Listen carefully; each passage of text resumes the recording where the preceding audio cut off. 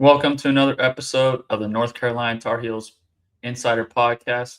I'm your host, Logan Lazarchik, also beat writer for the North Carolina Tar Heels on SI. Back with another episode today. Excited to be talking with you guys today. As we do every day, we cover Tar Heels news, updates, and developments. Before we get started, just want to thank you guys for tuning in. And you can catch this episode on Apple, Spotify, YouTube, and everywhere you get your podcasts. But today's episode, we are going to focus basically what we've been talking about most of the past few weeks, but this off season for the North Carolina Tar Heels, we are going to be covering how it's been an actually underrated aspect for the basketball program over the last couple of months. North Carolina has dealt with some criticism about how they will fare out next season, but we are going to go back and look at how it has truly unfolded and how they have done a stellar job of assembling a roster and coaching staff that provides them with the best opportunity to compete in 2026. So, beginning the offseason was really a turbulent time for North Carolina. They had just fired Hubert Davis. They had seen plenty of their former players from last year enter the portal and ultimately depart the program, signing with other teams around the country. And really, there was really a panic around Chapel Hill of what direction this program is going to take. And shortly after Hubert Davis was fired, North Carolina identified a few options that they felt provide them a legitimate chance of returning to a national title contender. Tommy Lloyd from Arizona was the first name that was really brought up. Dusty May, Billy Donovan, those three coaches were the ones that it really looked like Tar Heels had zeroed in on.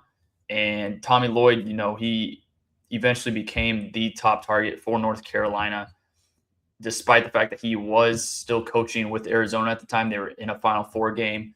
They were preparing for March Madness games.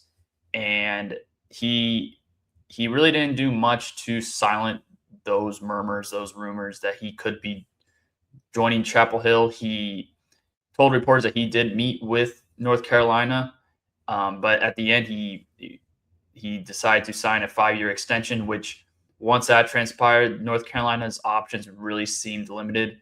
Dusty May, for me, never seemed to be a realistic option for the Tar Heels, despite the fact that there were also plenty of noise surrounding that situation. He was also another coach that was in the Final Four at the time, and he eventually led Michigan to the national championship and winning the national title.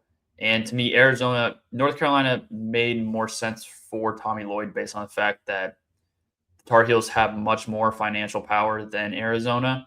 But if you looked at Michigan has as much power in that department as North Carolina, and they are coming off a national championship. They've had more success in recent memory than North Carolina. So Dusty May really never truly made sense as an option. And then Billy Donovan, he was with the Bulls, and he had made it clear that he wanted to see the rest of the year out before considering his options. And by that time, North Carolina really couldn't afford to wait that long. Chicago's season ended after the portal officially opened, and North Carolina needed to make a move. And I think the fact that, they went after all three of those options, and they whiffed on all of them. And the fact that they were able to pivot, stay under control, get Michael Malone, who I think is an excellent head coaching option, and he ultimately signed with North Carolina. I think you have to give the program credit and the administration credit for pulling off that move and getting over the line in that move, because once those three options were off the table, North Carolina, there was really panic in Chapel Hill of what the next coach would be. And really, North Carolina could not afford to settle for a head coach. They couldn't settle for another unknown commodity. And that led them to searching outside of the family. And usually North Carolina, they hire from within. They'll hire from former players, former coaches, existing coaches on the staff. But this time around, they decided to go with a proven coach who had extensive success in the NBA, led the Denver Nuggets to the 2023 NBA championship. And I think the fact that, I just said it, but the fact that they couldn't land those three aforementioned candidates, but were able to zero in on Malone and, you know, convince him that this project would be the best thing for his career, I think you have to give the administration a ton of credit. So having the right coach in place is really the first puzzle piece that you have to have as a program if you want to turn things around. In North Carolina, they're coming off back-to-back first-round exits in the NCAA tournament. They really had to get this hire right, and I believe they did with Michael Malone. We'll see. The first year, there may be some bumps in the road, maybe some growing pains transitioning from the NBA, and he hasn't coached the NBA since 2023, or 2024, excuse me. So there's going to be a learning curve, I believe, with that, but he's done it. I think he's done a great job, and that transitions to our next point of the whole recruiting process for Michael Malone. Malone, he comes from the NBA.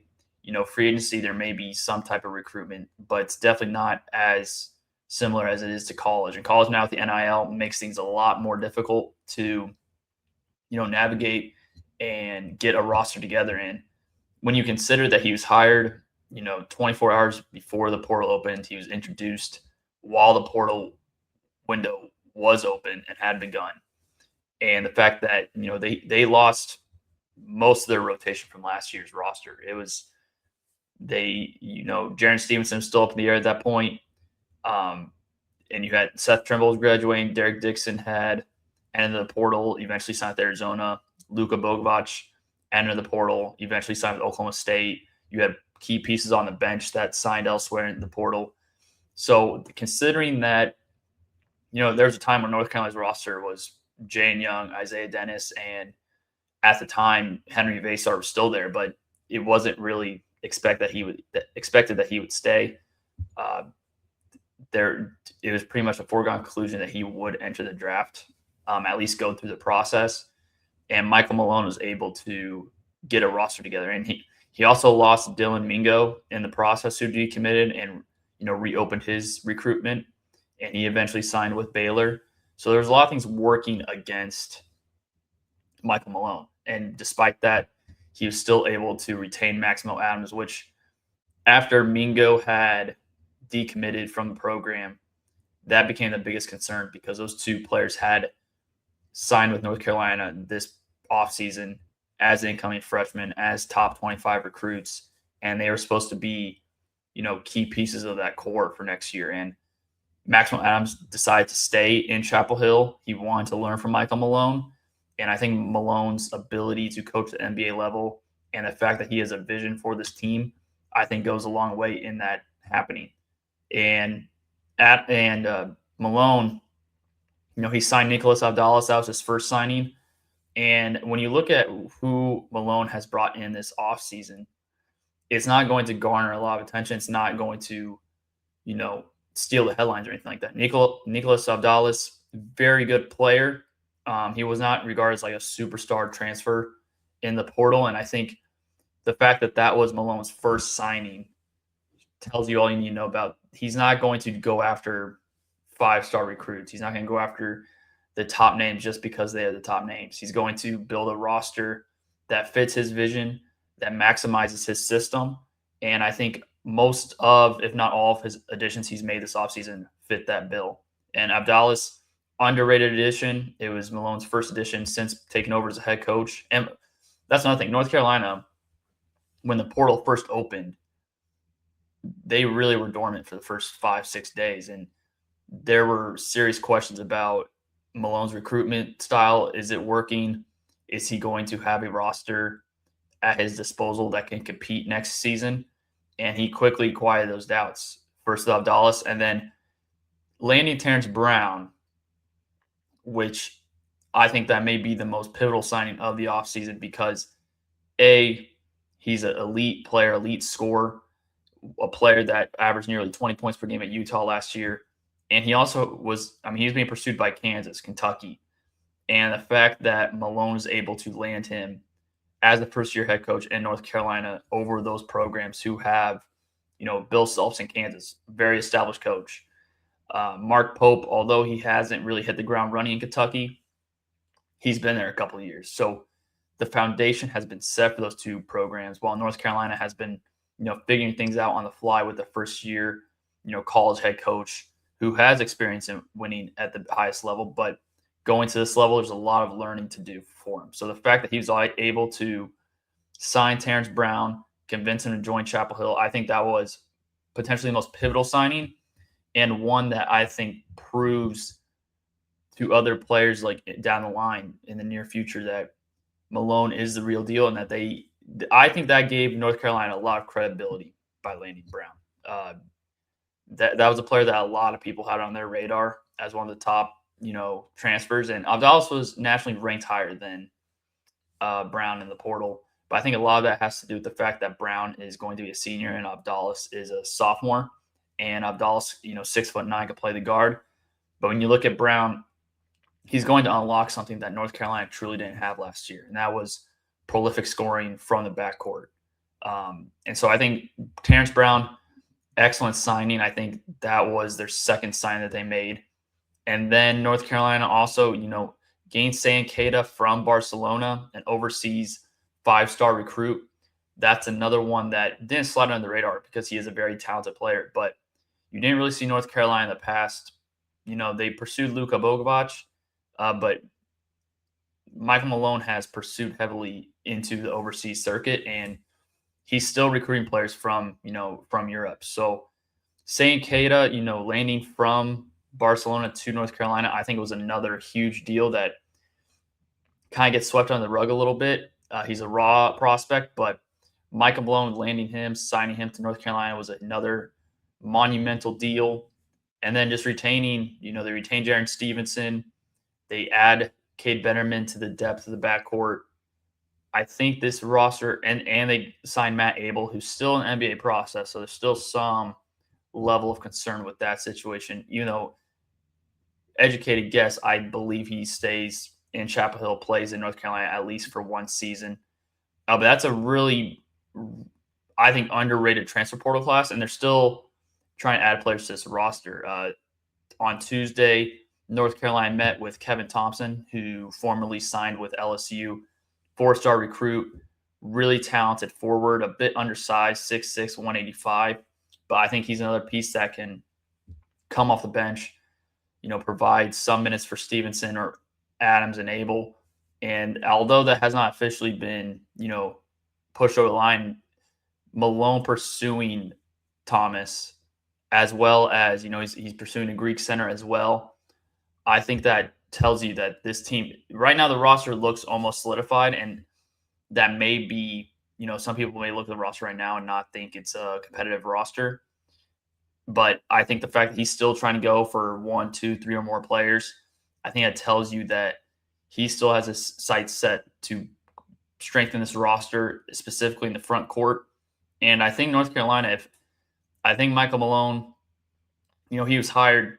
This whole offseason was really in flux at the beginning. I mean, North Carolina has had to really pivot most of the time on coaching, players, and despite all of those parameters and those circumstances, the Tar Heels have, I believe, given their fans hope for next season. And, right now, North Carolina is projected as an 8-9 seed in the tournament. And, of course, a lot of things change from now until then.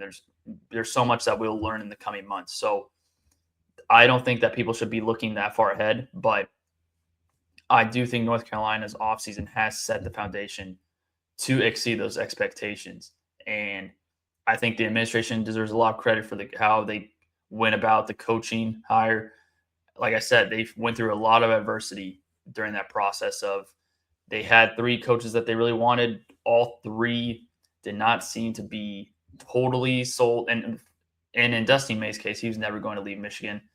Tommy Lloyd, I think, maybe he was using North Carolina to leverage extension with Arizona, but I do think North Carolina was definitely an attractive spot for him to continue his coaching career. And then Billy Donovan he wanted to see things out with his current situation. So those 3 things falling, and North Carolina still landing Malone, who really nobody really had on North Carolina's radar outside Tyler Hansbrough, who kind of mentioned it.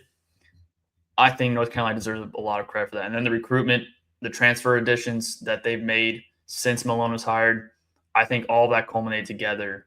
Really, they deserve a lot of credit for making that all, come together. And North Carolina next year, they're going to be one of the most tantalizing stories, one of the most polarizing teams to watch. But I think this offseason has provided them a chance to succeed. But with that said, that will do it for our episode today. Again, I appreciate you guys tuning in, and you can get this podcast on Apple, Spotify, YouTube, and everywhere where you get podcasts.